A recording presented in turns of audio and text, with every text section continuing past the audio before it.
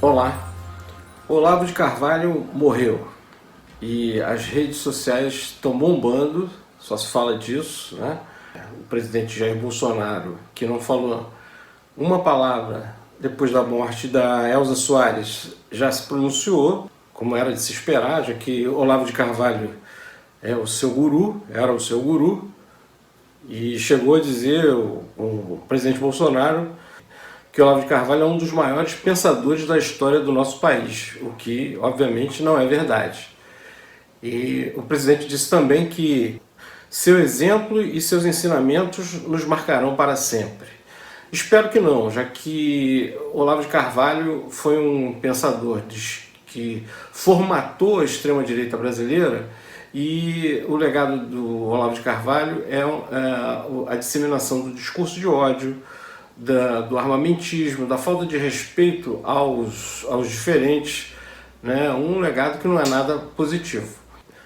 Eu não sou chegado a elogiar as personalidades que criticavam em vida depois que morrem, isso é uma prática muito comum por muita gente, eu não sou chegado a isso, mas também não sou chegado ao cúmulo das manifestações que estão nas redes sociais. Eu nunca vi a morte de alguém ser comemorada, a palavra é essa, da forma como está sendo nas redes sociais, com memes, vídeos.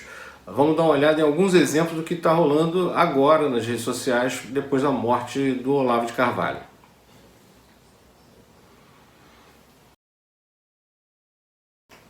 É simplesmente, repito, a morte mais comemorada que eu lembre. Eu acho que na história do país, até por conta das redes sociais, né, de todas as paixões a favor e contra que ele mobilizava, eu acho que foi a morte mais comemorada que se tem notícia. Mas para além das paixões, o que resta do Olavo de Carvalho? Quais são as suas qualidades? Por exemplo, tem gente que diz que nenhuma, né? E quais são os seus defeitos? Tem gente que diz que só tem defeitos. O Pablo Hortelado, que é um colunista, um acadêmico reconhecido, registrou há pouco nas redes sociais que Olavo de Carvalho foi um dos intelectuais mais influentes, ou o mais influente da história recente. Só eu acho que faltou marcar o Paulo Hortelado que ele foi influente para o mal, né? A extrema-direita está aí destruindo o país. Então, que você reconheça que ele tinha alguma competência para fazer as suas ideias serem difundidas, influenciar pessoas, aproveitar um momento e a perseverança de manter essas ideias, isso ok, ele era influente realmente, mas influente para quê? Né? Isso faz toda a diferença. Acho que faltou essa diferenciação nessa análise do Pablo Hortelado. Eu acho que quem fez uma boa análise sobre o que representou o Olavo de Carvalho na história do país, é que ele, quer queira ou não, ele está marcado na história do país, porque essa direita, extrema direita que está no poder aí, foi embalada pelas ideias dele, pelos livros dele, né, pelos cursos dele. Então essa marca do Olavo de Carvalho na história do país, eu acho que foi muito bem definida num vídeo recente aqui do canal pelo professor João César de Castro Rocha, que se referiu ao Olavo dessa forma. Vamos ver. Guerra cultural implica sempre a eliminação do outro, mas que isso somente ocorreu na sociedade brasileira porque por aproximadamente 2 décadas houve uma pessoa que inventou linguagem, que transmitiu esta linguagem inventada, que desenvolveu uma retórica, que é a retórica do ódio. Esta pessoa é Olavo de Carvalho. E esta linguagem da retórica do ódio, sem ela, não se entende o que acontecerá no Brasil em 2022. Então é isso, no debate público, o Olavo de Carvalho foi disseminador do discurso de ódio, influenciou o negacionismo, o desrespeito à ciência, e ele próprio era desrespeitoso, inclusive com quem morria, né? As pessoas podem reagir muito ao que está acontecendo nas redes sociais, como desrespeito, quem é simpático ao Olavo, e aqui ninguém é adepto de vingança, Mas é bom lembrar que ele também se referia à morte de outras pessoas dessa forma. Vamos ver aí. Aí no caso do Alfredo Serquis, né, que foi guerrilheiro, a postagem do Olavo de Carvalho, e também sobre as vítimas da Covid. Está aí o que ele disse.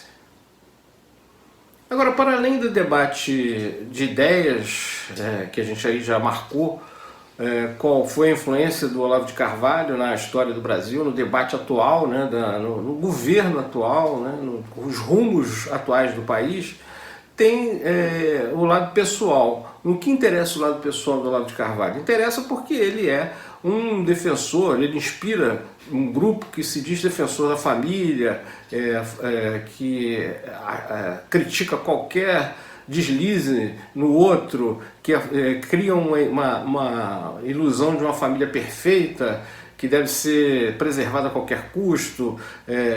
Quando se fala em casamento de pessoas do mesmo sexo, dizem que isso é uma distorção, ou seja, como se o casamento de pessoas de sexos diferentes, como eles defendem que seja normal, que seja garantia de felicidade ou até mesmo de mínimo de respeito dentro da família. Uma das filhas do Olavo de Carvalho, a Heloísa de Carvalho, fez essa manifestação aqui por conta da morte do pai. Fez 2 postagens, né? E se vê pelas postagens frias, assim, fecha uma trajetória assim, de uma vida de muita turbulência de Olavo com a Heloísa, com os filhos, mas a Heloísa, dos 8 filhos, é a única que traz a público o que acontecia em 54 Paredes, nessa família desse influenciador que quer ser um modelo, que queria ser um modelo para as famílias de todo o Brasil.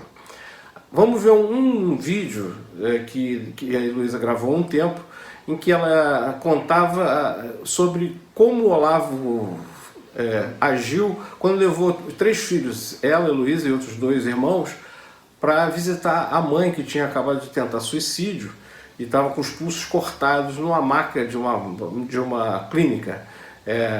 Segundo ela, segundo que ela conta, e não foi contestado pelo Olavo, o Olavo falou para ela, disse que ela estava tendo um ataque histérico, que ela chorou muito, óbvio, né? Era uma criança de 9 anos na época.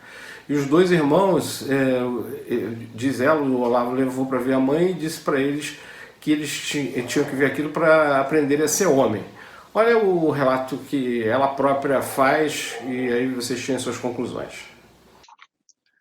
Que pai pega 2 crianças pela mão, leva na frente de uma maca, com a mãe com os pulsos cortados, amarrada numa camisa de força, e manda eles aprenderem a serem homens. Um pai covarde. Ele não responde. E se qualquer pessoa questioná-lo, como eu vi várias, né, pessoas lá questionando, ele não responde. Ele não responde porque a mais pura das verdades, a mais pura da verdade é o que eu conto, que é um pai que fez isso com 2 meninos criança,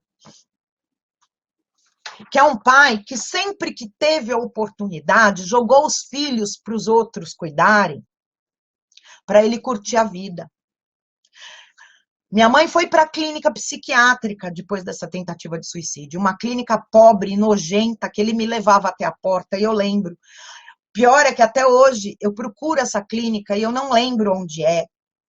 Eu não acho rastro. E como eu não falo mais com a minha mãe, porque a minha mãe, por incrível que pareça, também é dominada por ele.